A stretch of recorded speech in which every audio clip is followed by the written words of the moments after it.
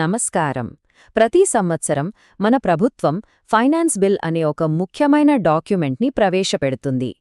ఇది చాలా కీలకం, కానీ చాలాసార్లు దీన్ని అర్థం చేసుకోవడం కొంచెం కష్టంగా ఉంటుంది.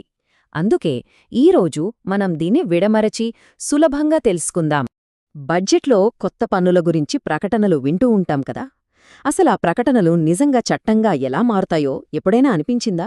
దాని వెనుకున్న అసలు కథే ఈ ఫైనాన్స్ బిల్. సమాధానం ఇక్కడే ఉంది. అంటే సింపుల్గా చెప్పాలంటే ఫైనాన్స్ బిల్ అనేది బడ్జెట్ ప్రసంగానికి ఒక అధికారిక చట్టపరమైన రూపమన్నమాట. ఉదాహరణకి 2026-2027 సంవత్సరానికి సంబంధించిన ఆర్థిక ప్రతిపాదనలకు చట్టబద్ధత కల్పించేది ఇదే.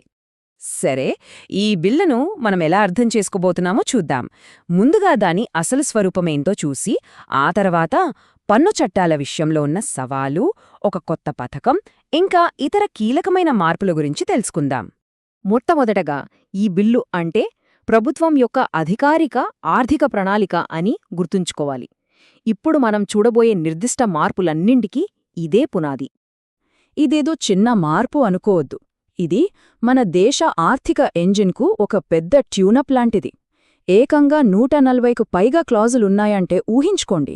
దీని ప్రభావం ఆర్థిక వ్యవస్థలోని దాదాపు ప్రతి అంశంపై ఉంటుంది. ఇప్పుడు ఈ ఏడాది బిల్లులో ఒక పెద్ద సవాలుంది. అదేంటంటే, ఈసారి ప్రభుత్వం ఒకేసారి 2 వేర్వేరు పన్ను వ్యవస్థలను డీల్ చేస్తోంది. ఇది ఎలా ఉంటుందంటే, ఒక పాత ఆపరేటింగ్ సిస్టమ్ నుండి కొత్తదానికి మారినట్టు. కానీ కొన్నాళ్లపాటు రెండింటినీ ఒకేసారి నడపాలి. ప్రభుత్వం ఇప్పుడు అదే పనిచేస్తోంది. ఎన్నో దశాబ్దాలుగా ఉన్న 1961 చట్టం, అలాగే భవిష్యత్తు కోసం తెచ్చిన 2025 చట్టం, రెండింటినీ ఒకేసారి సవరించాలి. ఇది చాలా క్లిష్టమైన విషయం. అందుకే ఈ బిల్లు ఇంత సంక్లిష్టంగా ఉంది. ఒకే దెబ్బకి 2 సమాంతర చట్టాలని మార్చాల్సొస్తోంది. బిల్లులోని చాప్టర్ 2, 3 చూస్తే ఇదే విషయం అర్థమవుతోంది. ఇది నిజంగా పన్ను నిపుణులకు కూడా ఒక పెద్ద తలనొప్పే. సరే, ఈ మార్పుల ప్రభావం ఎలా ఉంటుందో అర్థం చేసుకోవడానికి ఒక ముఖ్యమైన నిర్దిష్ట ఉదాహరణ చూద్దాం. ఇది చాలామందికి సంబంధించిన విషయం కూడా. ఉదాహరణకు, ఈ కొత్త ఫారిన్ అసెట్స్ డిస్క్లోజర్ స్కీమ్ని తీసుకోండి. బిల్లులోని చాప్టర్ 4లో దీన్ని చాలా స్పష్టంగా 3 దశల్లో చెప్పారు. మొదట, మీ ఆస్తులను మీరే ప్రకటించాలి. తర్వాత, కట్టాల్సిన పన్ను కట్టేయాలి. ఆ తర్వాత కొన్ని శిక్షల నుండి మినహాయింపు లభిస్తుంది. అయితే ఇక్కడ కొన్ని ముఖ్యమైన షరతులు కూడా ఉన్నాయి. ఉదాహరణకు, ఒకసారి కట్టిన డబ్బు వెనక్కి రాదు.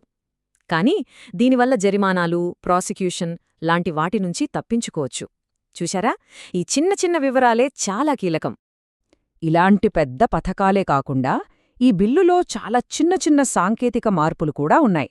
వీటిని కొన్ని గ్రూపులుగా చూస్తే మనకు తేలిగ్గా అర్థమవుతుంది. ఇవన్నీ సిస్టమ్ సరిగ్గా నడవడానికి చాలా అవసరం. మొదటిది, గడువులు ఇంకా ఫీజులు. సింపుల్గా చెప్పాలంటే పన్నులు కట్టడానికున్న తేదీలను మార్చారు. అలాగే రివైజ్డ్ రిటర్న్ ఆలస్యంగా వేస్తే కొత్త ఫీజు కూడా పెట్టారు. అంతా టైంకి జరగాలన్నమాట. రెండోది, జరిమానాలు, శిక్షలకు సంబంధించిన మార్పులు. పెనాల్టీల నుండి మినహాయింపు పొందే పద్ధతిని అప్డేట్ చేశారు. కొన్ని నేరాలకు శిక్షల తీవ్రతను కూడా తగ్గించారు.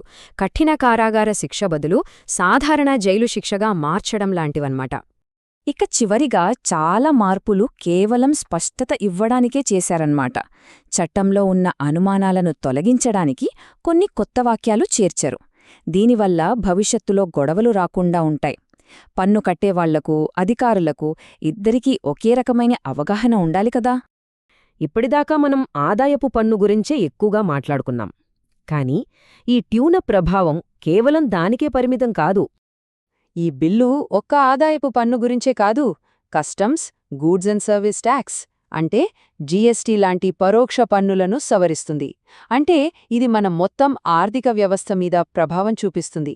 సరే, ఇదంతా చూశాక అసలు మనం తెలుసుకోవలసిన ముఖ్య విషయమేంటి? ఈ బిల్లు నుంచి మనం ఏం గ్రహించాలి? ఒక్క మాటలో చెప్పాలంటే ఈ బిల్లు ఒకేసారి చాలా పనులు చేస్తోంది.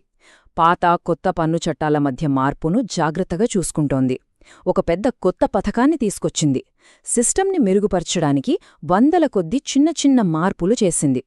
ఇవన్నీ ఎందుకంటే రాబోయే ఆర్థిక సంవత్సరానికి పన్ను వ్యవస్థను బలంగా తయారుచేయడానికి.